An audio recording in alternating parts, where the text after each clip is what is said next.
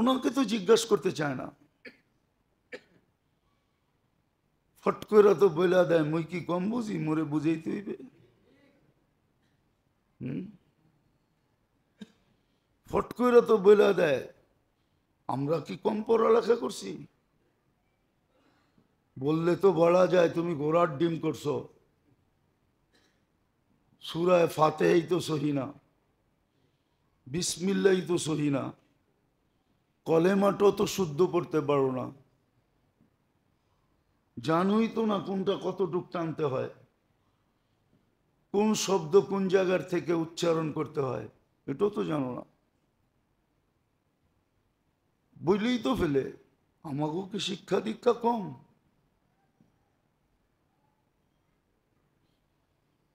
বরং মজাক উড়ায়, মজাক। তো কোরআন এটার জবাব 1400 বছর আগে দিছে, আমাদের জবাব দেওয়ার দরকার নেই। কোরআন জবাব দিছে। কোরআন হাদিস নিয়ে যারা মজাক উড়ায়, দিনী শিক্ষিতদেরকে নিয়ে যারা মজাক উড়ায়, ওদের জবাব কোরআন দিয়ে দিছে, আমাদের জবাব দেওয়ার দরকার নাই। এই জন্যই তো দেই না। ইন তাসখারু মিন্না ফা ইন্না নাসখারু মিনকুম কামা তাসখারুন। 1400 বছর আগে জবাব দিছে। আজকে মজা নাও, কালকে আমরা মজা নিব। আমরা মজা নিব। আমাদের যুগে যারা যারা ছিল, যাদের নাম আমাদের মুখস্থ আছে, ইনশাআল্লাহ আল্লাহ যদি জান্নাত নসিব করে তো জান্নাতে যে মজা নিবে ডেলি। বলবে মা সালাকাকুম ফি সাকার, এটাও কোরআন বলে দিছে। এইখানে কেমনে আসলেন? আপনাদের বাড়ির সামনে দিয়েও তো যাওয়া যেত না, আধা বেলা খোলা থাকতো, আধা বেলা বন্ধ থাকতো। আধা দিন বন্ধ রাস্তা, আধা দিন খোলা, সামনে দিয়েও যাওয়া যেত না। গার ফিরাইয়া তাকাইলেও বলতো এদিকে তাকাও কি। মজা নিবে তখন, খুব মজা নিবে। বলবে এখানে গেলেন কি কইরা, তখন জবাবও দিতে বাধ্য হবে। আর এলোমেলো জবাব চলবে না, সঠিকটা দিবে। লাম নাকু মিনাল মুসাল্লিন।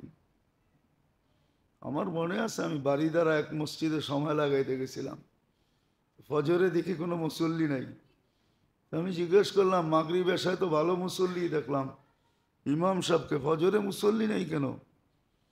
ওনাদের সিকিউরিটির প্রবলেম আছে। কি আছে? অথচ বাড়ির থেকে মসজিদ উজু করে যে মসজিদের দিকে যায়, ও যেন এহরাম বান্দা হজের দিকে যাইতেছে।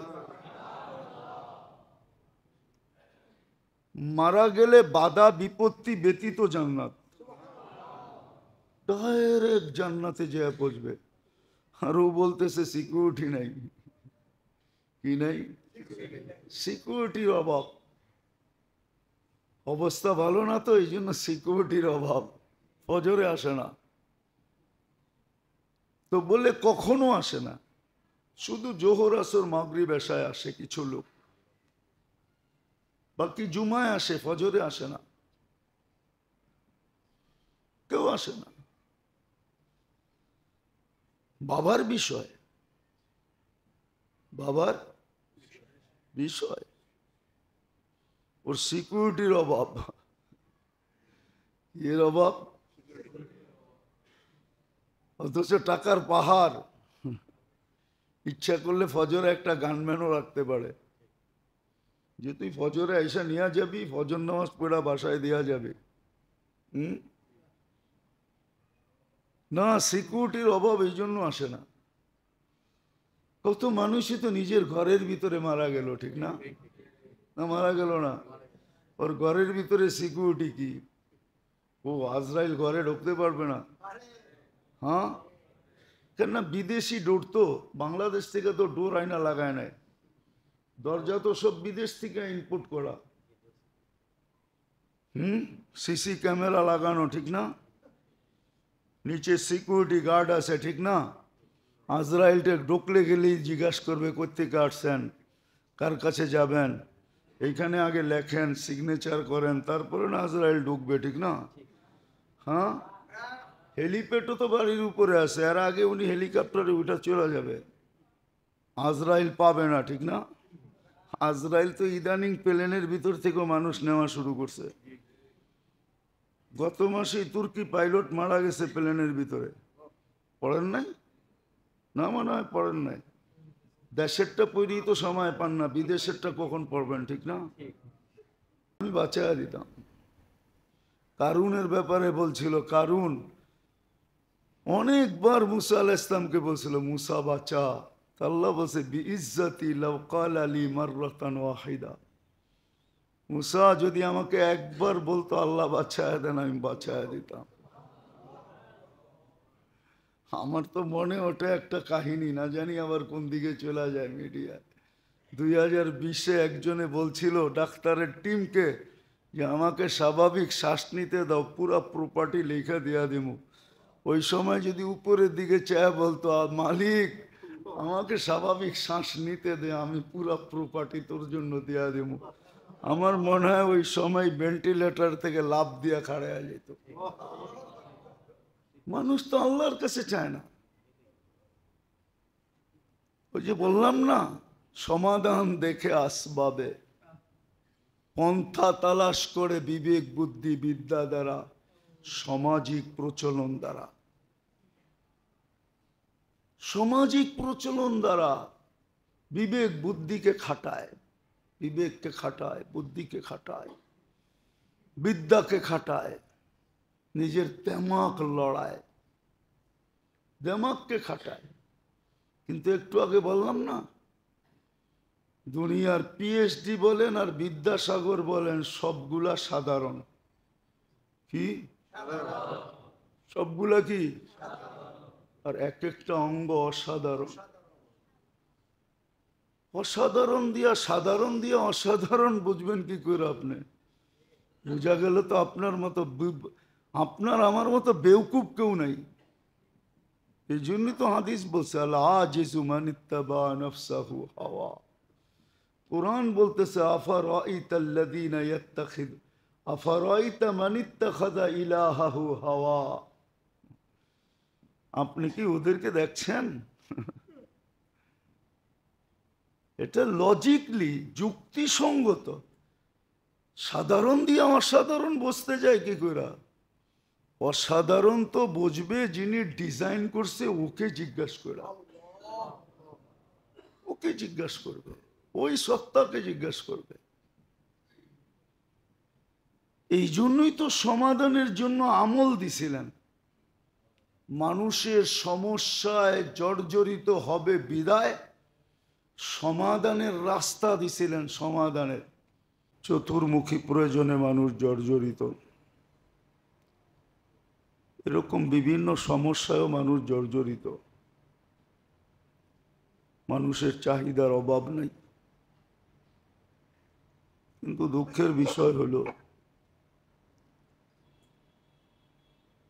প্রয়োজন মিটবে কিভাবে, চাহিদা মিটবে কিভাবে,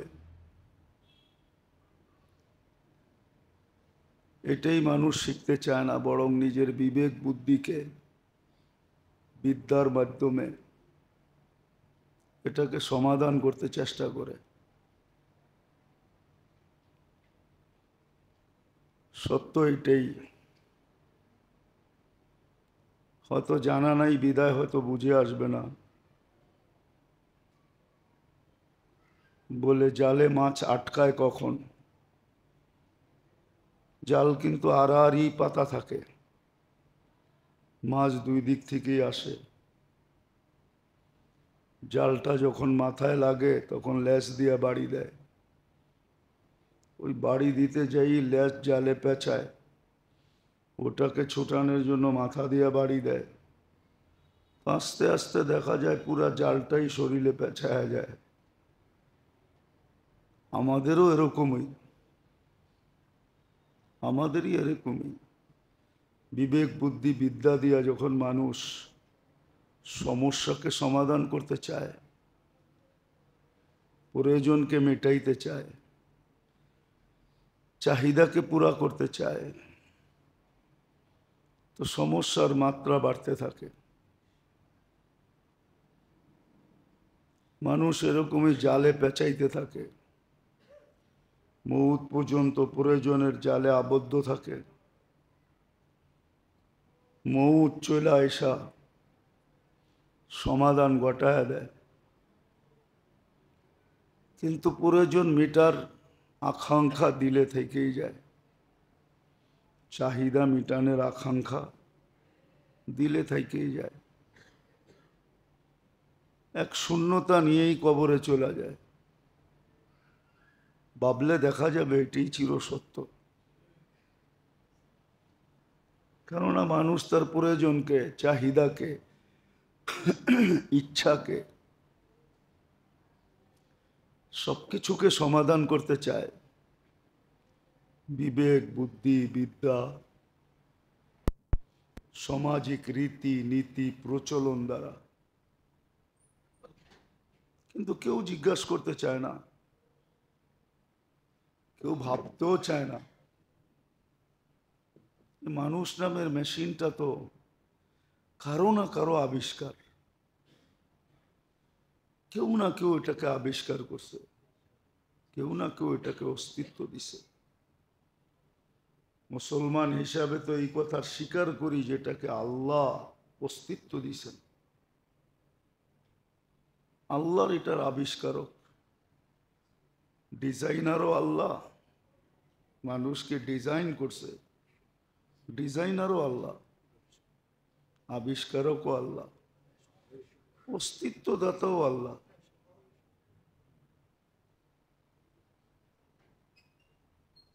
নাহলে মানুষ বিবেকই পরেশান, মানুষের বুদ্ধি পরেশান, তারপরও বোঝে না।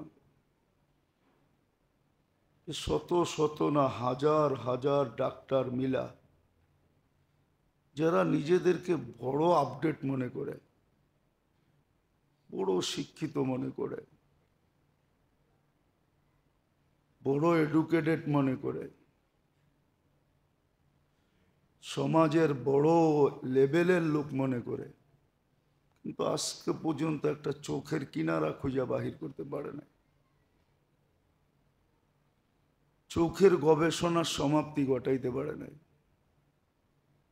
তাহলে একটু বিবেকে দিয়ে চিন্তা করা উচিত যে যেই আল্লাহ চোখের ভিতরে এরকম জিনিসকে ফিট করছেন এতটুক জায়গার ভিতরে,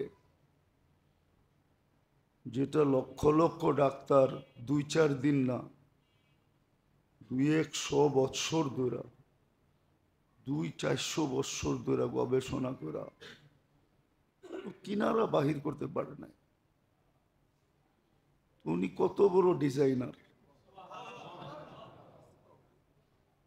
একটু ভাবা উচিত যে উনি কত বড় ডিজাইনার, কত বড় আবিষ্কারক, কত বড় অস্তিত্বদাতা। এরকম শুধু চোখ না, একটা মানুষ হইলে লম্বা কতটুকু হয়? 7 ফিট।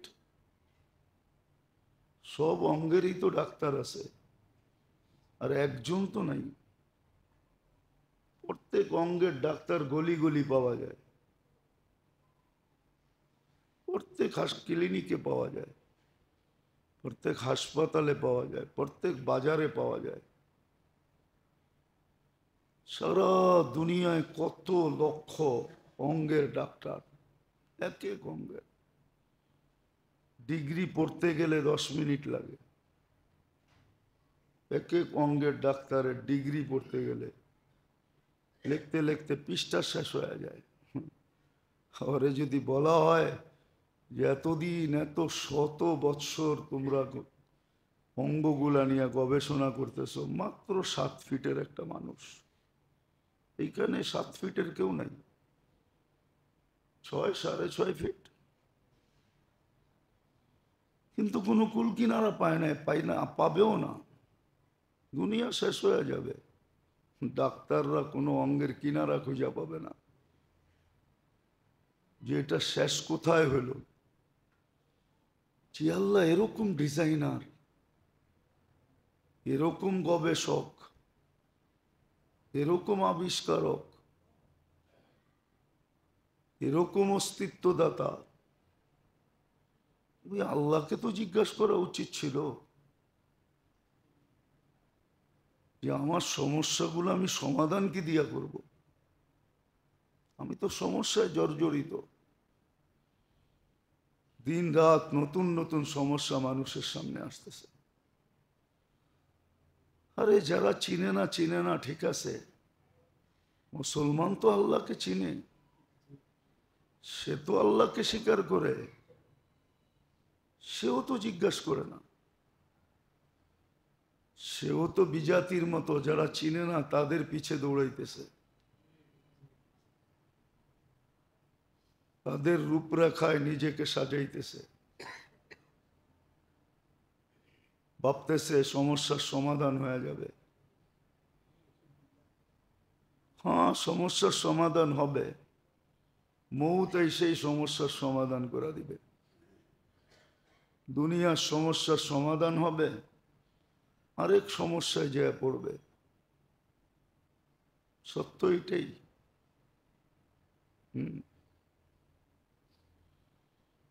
যেটা কিতাবে লেখা পাওয়া যায়, বহুতবার শুনাইছি, এখনো শুনাইতেছি। মৃত্যুর সাথে সাথে ফেরেশতা বলবে, জালাল ইশতেগাল বাকিয়াল ওয়াবাল, তোমার দুনিয়ার সমস্যা শেষ,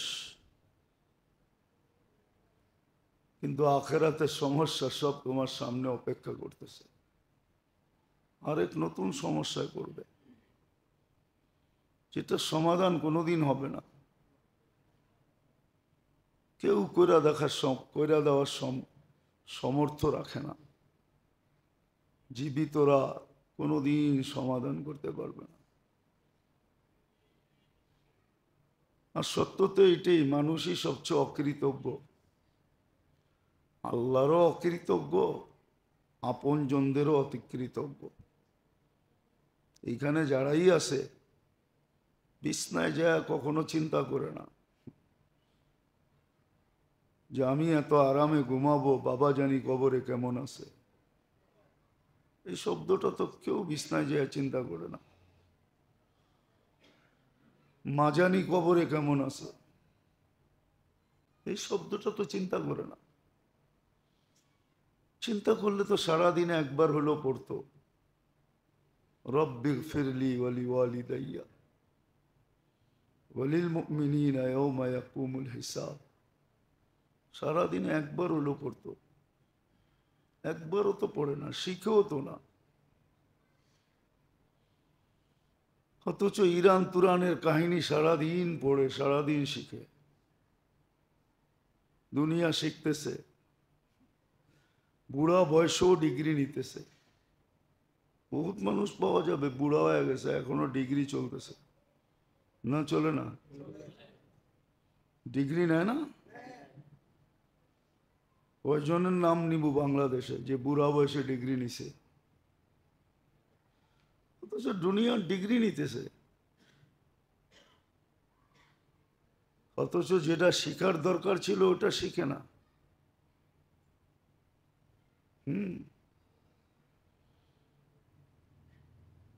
ওটা শিখে না। রাগ হয়ে যান না, দুনিয়া উচ্চারণ করতে করতে জিহ্বা এতটুকু ব্যাকা হয়ে গেছে, এখন আর আরবি উচ্চারণ হয় না, কোরআন হাদিসের সঠিক উচ্চারণ হয় না, দোয়া কালাম সঠিক উচ্চারণ হয় না, এমনকি কলেমা পর্যন্ত সঠিক উচ্চারণ হয় না। দুনিয়া এত উচ্চারণ করছে, জিহ্বা ব্যাকা হয়ে গেছে, এখন কলেমাও সহি উচ্চারণ করতে পারে না।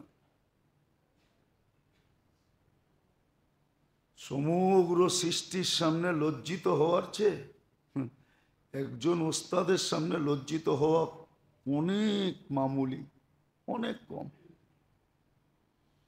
কিন্তু বাবে এই বয়সে কার সামনে যে লজ্জিত হব? হুজুরের সামনে লজ্জিত হব? একদিন তো সমগ্র সৃষ্টির সামনে লজ্জিত হইতে হবে। সমগ্র সৃষ্টির সামনে ঘোষণা দিবে, সাকিয়া ফলান উবনু ফলান, অমুকের বেটা অমুক অসফলতা অর্জন করছে। কি কি কারণে করছে ওইটাও খুলা খুলা বলবে। এমন না এতটুক বইলা ক্ষান্ত থাকবে না, কারণগুলা দর্শাবে। কি কি কারণ? কারণগুলো দর্শাবে। ওই দিন লজ্জা কোথায় যাবে? ওই দিন তো লজ্জায় নিজের হাত নিজে চাবাবে।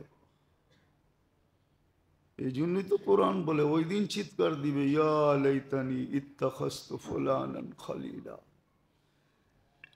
হায় দুনিয়ায় যদি অমুকের কাছে যাইতাম তাহলে মনে হয় আজকে এই লজ্জা দেখতে হতো না।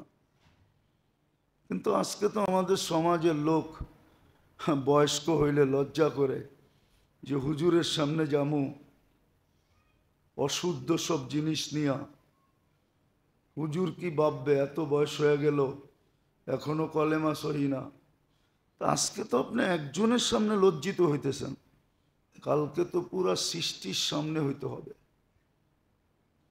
ওই দিন কি করবেন? ওই দিনের লজ্জাটা বড় না আজকের লজ্জাটা বড়? কিন্তু কেউ তো ভাবে না, কেউ তো যায় না, কেউ তো শিখে না। যেটা বুঝাইতেছিলাম যে মানুষ সমস্যায় জর্জরিত, কিন্তু সমাধান খোঁজে, সমাধান করতে চায় বিবেক বুদ্ধি বিদ্যা প্রচলনের মাধ্যমে, আর সমাধান খোঁজে বস্তুর ভিতরে, বস্তুর ভিতরে সমাধান খোঁজে। অথচ আকরাবু মিন হাবলিল ওয়ারিদ, রগের চেয়ে যিনি কাছে, আনা খায়রুল লাকা মিন কুল্লি শাই, যিনি বলতেছে আমি তোমার সবচেয়ে বড় হিতাকাঙ্ক্ষী। আবার এমন হিতাকাঙ্ক্ষী যে এমন গোপনতা বজায় রাখবে, গোপনতা রাখবে, গোপনতা। হাদিসে তো আছে সত্য কথাই, কত বন্ধুই তো বন্ধুর রাজ সাক্ষী হয়ে দাঁড়াইল, বন্ধুই বন্ধুর বিরুদ্ধে, নাই নাকি? পেপারে তো দেখতেছি,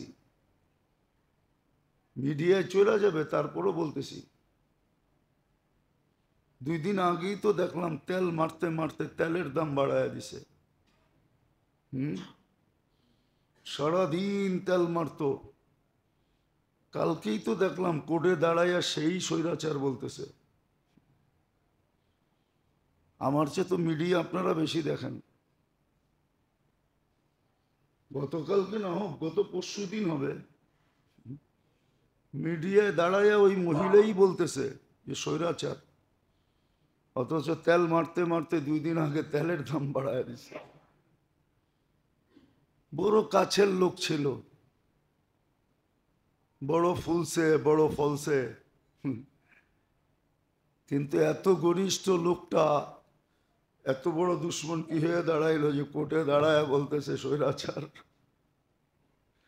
হাদিস বলছে মানুষকে বেশি ভালোবাসো না, কারোর সাথে অতি মাত্রায় বন্ধুত্ব করো না, আসা আইয়াকুনা আদৌ আম্মা, হতে পারে কোনো একদিন দুশ্মন হয়ে যাবে, তোমার রাজ সাক্ষী হিসাবে তোমার বিরুদ্ধে দাঁড়ায় যাবে। আবার বলছে বেশি দুশ্মনীও কারোর সাথে করো না, আসা আইয়াকুনা আহাব্বাম্মা, হতে পারে একদিন তোমার জিগরি দোস্ত হয়ে যাবে, তখন দেখলেই মনে উঠবে হায় হায় এত দুশ্মনী, আজকে তো এত বন্ধুত্ব। দুইজন দুইজনরে দেখা বন্ধু হওয়া সত্ত্বেও ভিতরে ভিতরে লজ্জা পাবে না, পাবে না? ইসলাম সত্য কথা শিখাইছে। আল্লাহ তো শুধু হিতাকাঙ্ক্ষী না, এরকম হিতাকাঙ্ক্ষী যে কোনোদিন বেদের কথা কাউকে বলবে না, নাহলে কবি কেন বলতেন मांगो उसी से जू ना कहे किसी से।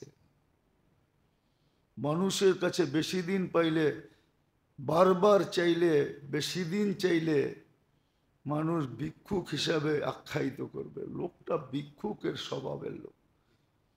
কিন্তু আল্লাহর কাছে যত চাবে আল্লাহ কাউকে বলবে না যে এটা ভিক্ষুক স্বভাবের লোক। কাউকে বলবে না, কাউকে বলবে না। এই জন্যই তো কবি লেখছে, মাঙ্গো উসি সে জু না কাহে কেসি সে। মনীষীরা বড় ভাইবা চিন্তা বলেন। তো যেটা বুঝাইতেছিলাম, মানুষ সমস্যায় জর্জরিত,